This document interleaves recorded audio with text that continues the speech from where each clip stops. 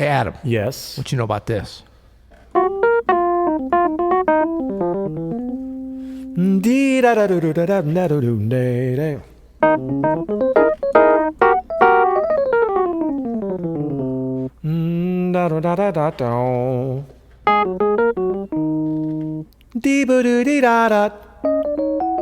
really miss my Hammer 88, man.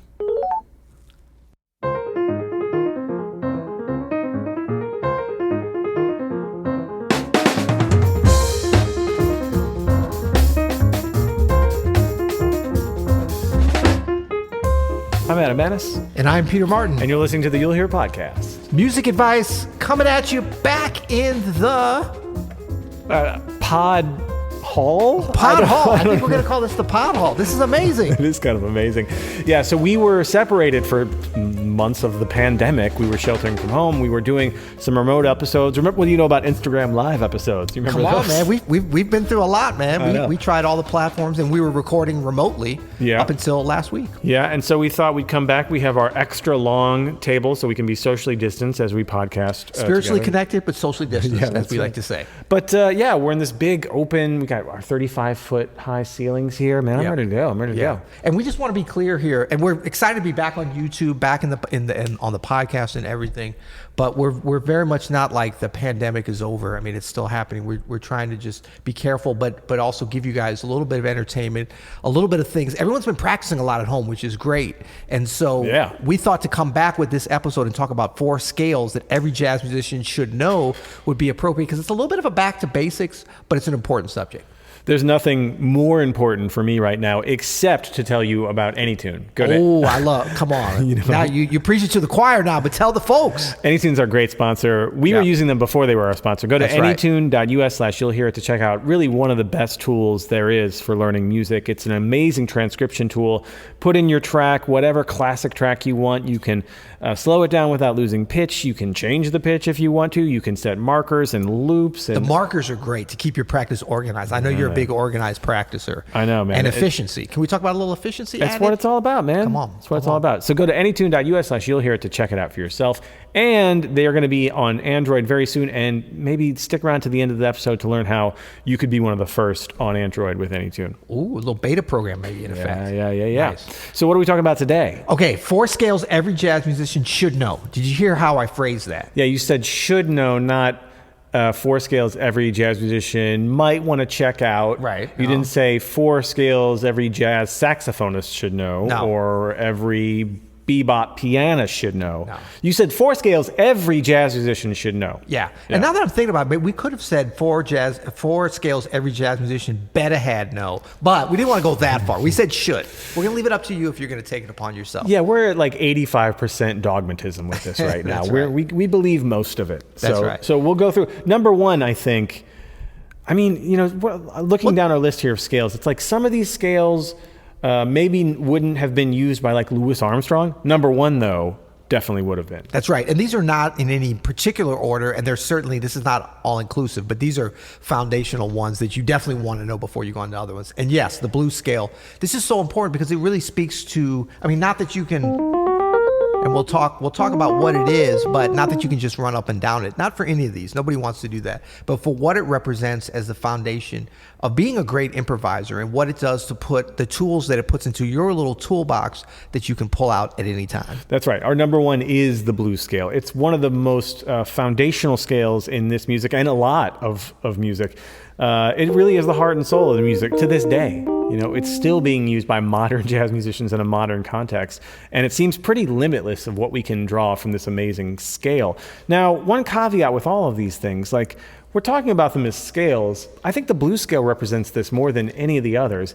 It's not really a scale, it's a sound. Exactly. It's a sound, it's a feeling, it's a spirit. It's there's specific notes. We're going to give you those, and we're going to give you our little secret addition, but it's how you use them. Yeah. And it's, all these chord scales, arpeggios, riffs, melodic ideas, rhythmic patterns. All these are just things that we can tell our story, you know. And the blues is to be able to tap into the blues as a foundational piece of just all American music that came after it, but especially jazz, is very special. Yeah, the interesting thing with the blues scale is it's not like the Ionian scale, right, where you can The what? The major scale. Oh, no, yeah, that one I know. That I know. No, but it's not like that where you can make chords out of it, or I mean, you can make like bluesy double stops and things like that. But to make like whole voicing, chord voicings out of it, or even have modes of it, that's not really how it works. It works more as a sound, as a shape, as a feeling, as a guttural feeling.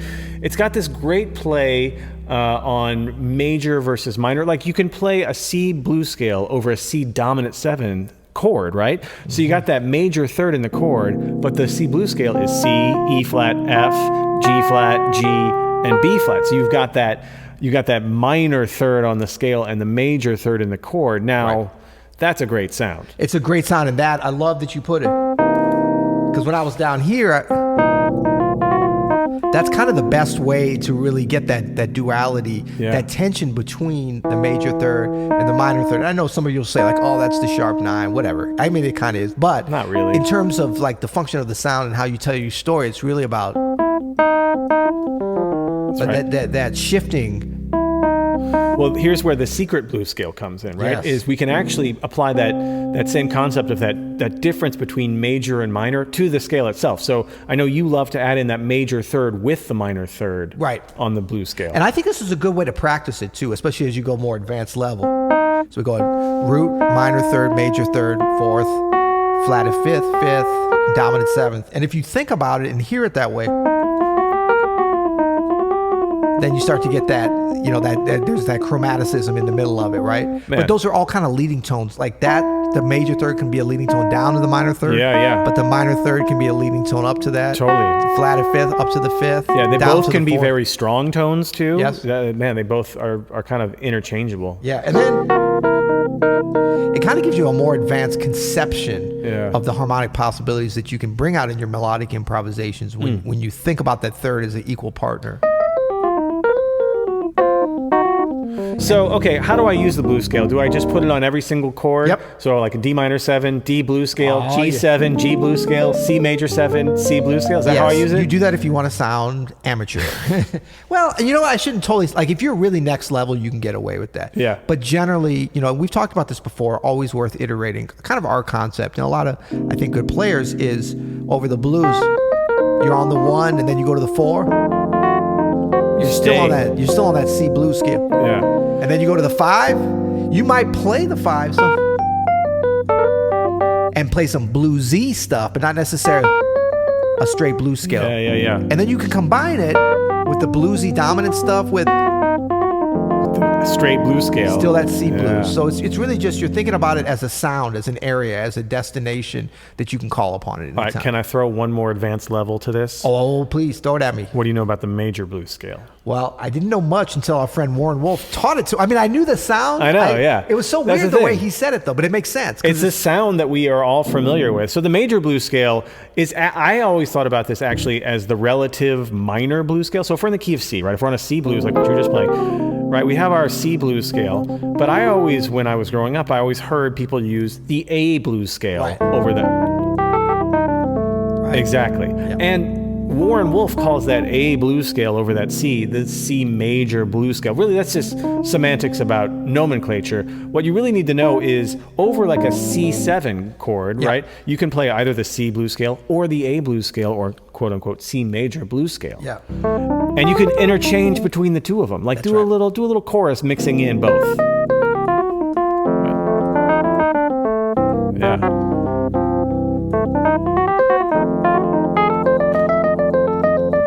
And that one really speaks to that same, it's on the 5th and the flatted 5th, but it's really the major third, the minor third. Because with the A, you have A, C, D, E flat, E. You still have that E flat, E thing in there, right? Exactly. So even though it's a whole different scale, those two notes that we were just talking about, the major third, minor third, are still in there and important. And you really are, you can also think about it as the dominant 7th becoming the 6th, because that's that A, Yeah, totally. Good stuff. Yeah.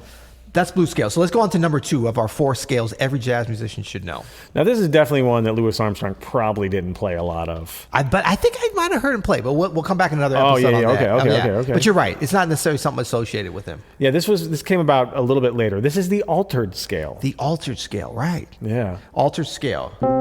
Should we stay? Let's go up to, let's go to G. Okay. G altered scale. So we're going root, Yep. flatted ninth, Yep. sharp 9, major 3rd, and then whole tone.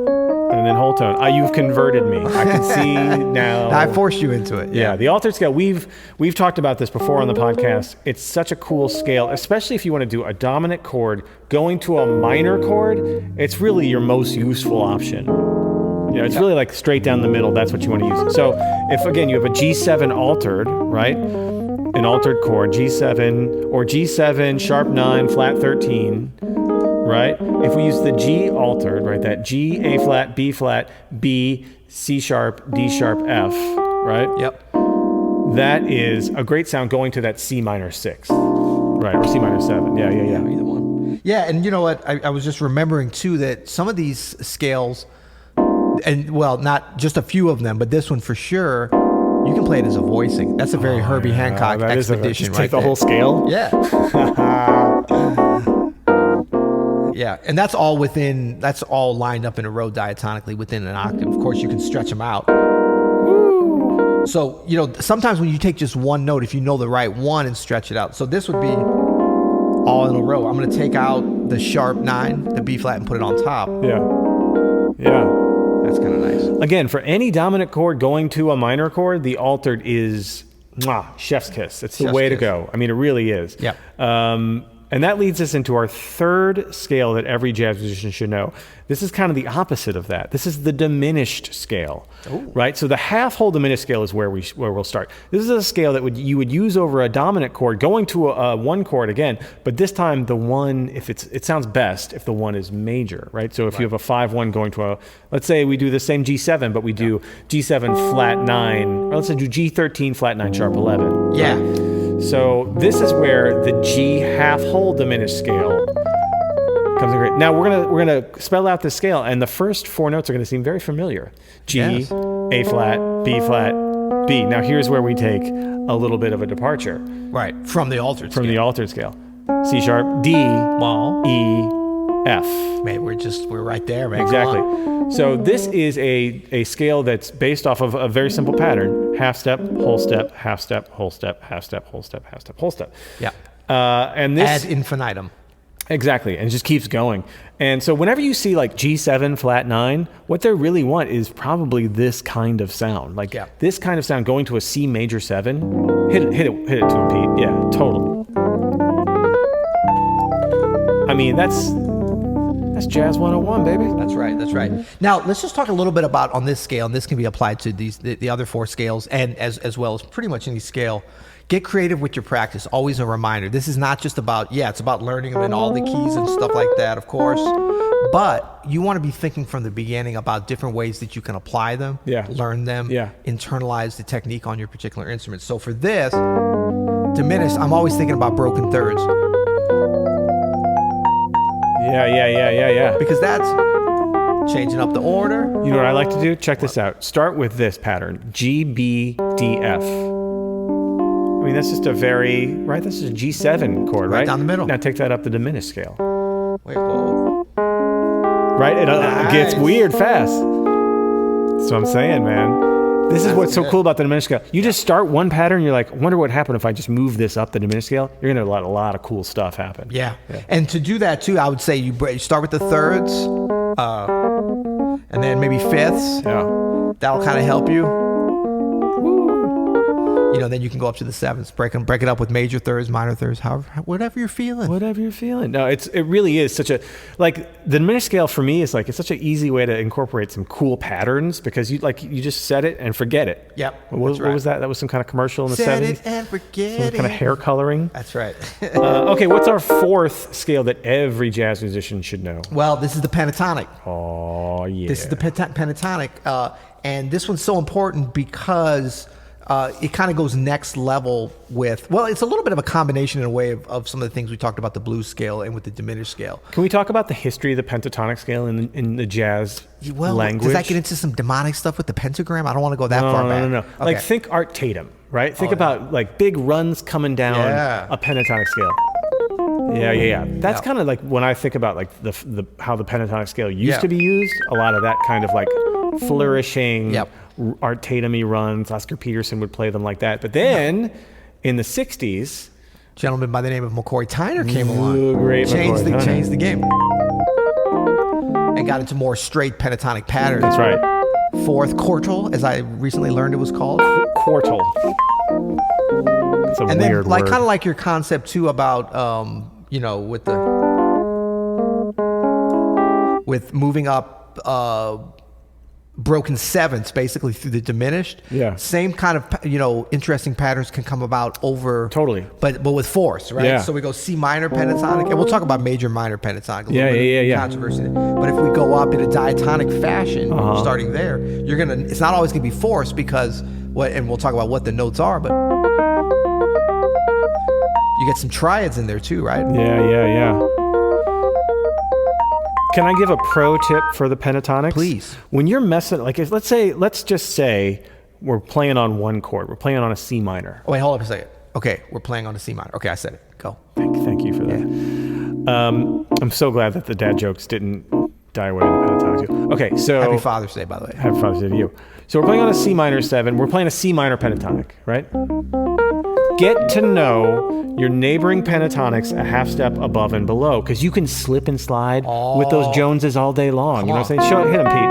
Woo! Oh, yeah, Go back and forth. Woo! Do the one below.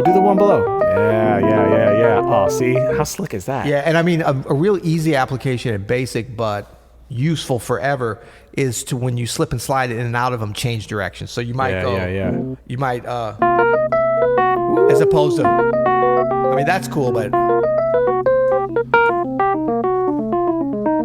you keep that C minor pentatonic as your home base, and maybe you go up to D flat, or you go down to B minor pentatonic just for a second, you know? Woo. Oh, that's where the meat is, buddy. That's where the meat. That's where right. the gristle meets with the fat. And I don't know what I'm that's talking where about. the plant-based meat is. Come on, man. that was insensitive. So that's it. Those are our 4. That's a Mount Rushmore. But we got our jazz bonus scales. ones too coming up. We're gonna wait on that because I yeah. got to conceptualize it first. But those are big. So number 1, we had the blues scale. Number 2 was the ultra scale. Number 3 was the diminished scale. Number 4 was the pentagram. That's right. And before we get to it's our not the pentagram. It's the pentatonic.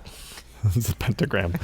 Before we get to our bonus scale, I just want to say that the AnyTune team is close to, did you know this? They're close to the AnyTune on Android, private beta. I knew they were getting close. Are we allowed to talk about it now? We are. Okay. And actually, you can go sign up at anytune.app.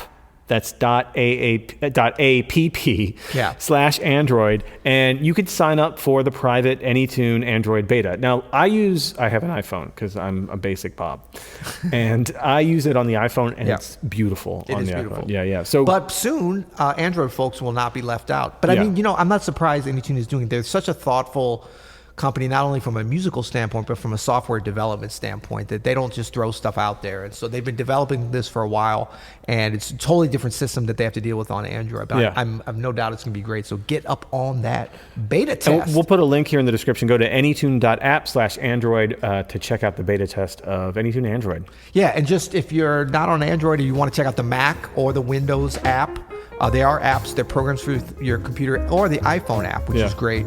Go to anytune.us/ you'll hear it for a very special offer. I'm going to go transcribe some Oscar Peterson after this. You know what I'm saying? That's how we do it. That's how we do it. Till tomorrow. You'll hear it.